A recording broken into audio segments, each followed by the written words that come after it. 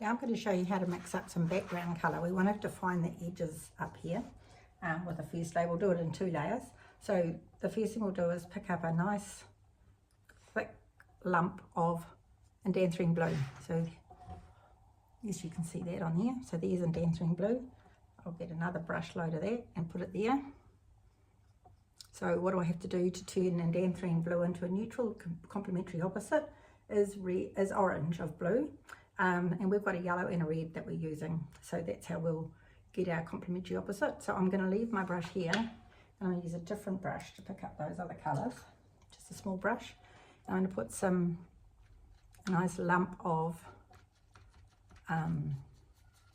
when I say a lump I mean a nice strong mix of transparent yellow, and I'm not going to put it onto the blue, I'm just going to put it right next to it, like so.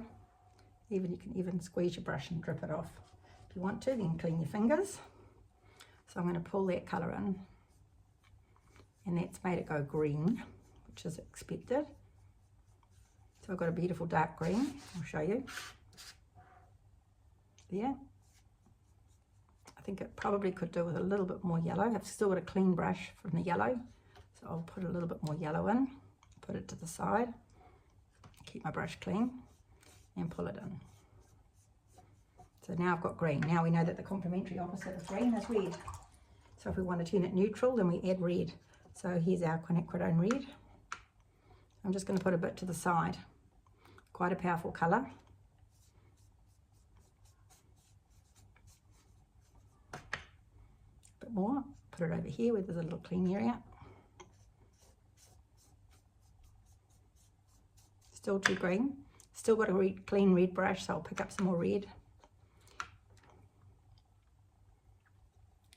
Take it all off the brush now. So that's a pretty good black.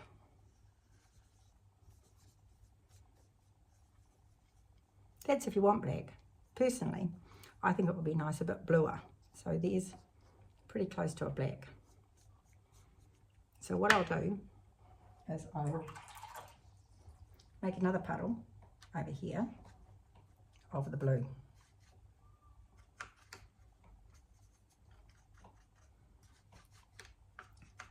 With just blue and red. Pick up some of the red, put it in with the blue, which will purple it, make it a bit more purply. When you're mixing paints, you better to use the same brush over and over to mix, rather than washing it off and losing half your pigment into the there's a nice deep purpley burgundy colour, which I prefer to the black, but just kind of looking at this picture and thinking, what are we going to do with that? So we'll start down in the bottom corner here, which is the least important, and define where these petals start and stop. And you don't have to pay super close attention to where the lines are. I'm going to go outside the line and I'm going to soften the edges. So I'll put brush in there, down there, tip down, and I'm going to extend that petal down a little bit so I get more light, and I've come out from that one as well. I'll just give it a bit of interesting shape, like so. So I'm putting that on full strength, wet on dry. Then I'm going to pick up the lovely purpley blue, and I'm just going to drop that in there because I don't want it all solid black.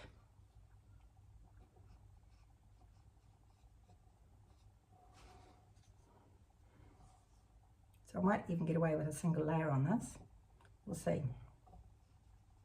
So right to the edge of the paper, like colouring in really, isn't it? So I could leave it like that, but what I'm thinking is I'll soften, I'll push these back by doing that. To do that, what I'll do is I'll soften the edge. So I'm going to turn my paper around to here. You can still see that. I'm going to pick up a big brush, wet it, and dry it. 1, 2, 3 strokes like so, maybe 4, 5. I'll wet it again and do that again, so you can see. Can you see? No, you can't quite see. I'll just push this up a bit.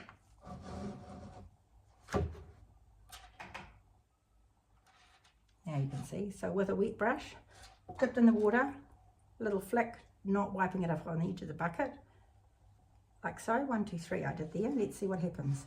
Then I'm going to put my brush to that edge, just catch the edge. I'm going to just catch the edge of that, and I'm going to go right around there to soften that edge. Pretty scary, eh? Like so. Dry off my brush again, and I'm going to come back the other way. So it fuzzes out that edge. Now if I put too much water, if I go on with a wet brush, I'll show you what happens. I'll go on with a wet brush, and it's too wet. So what it'll do is it'll blossom out. It'll push, the water will push out into the dark, although it's not doing, oh yes, it's starting to. And it'll make it the edge much more raggy. It will tempt the dark to run in more. So I'll just go back with a dry brush this time and pick up that water.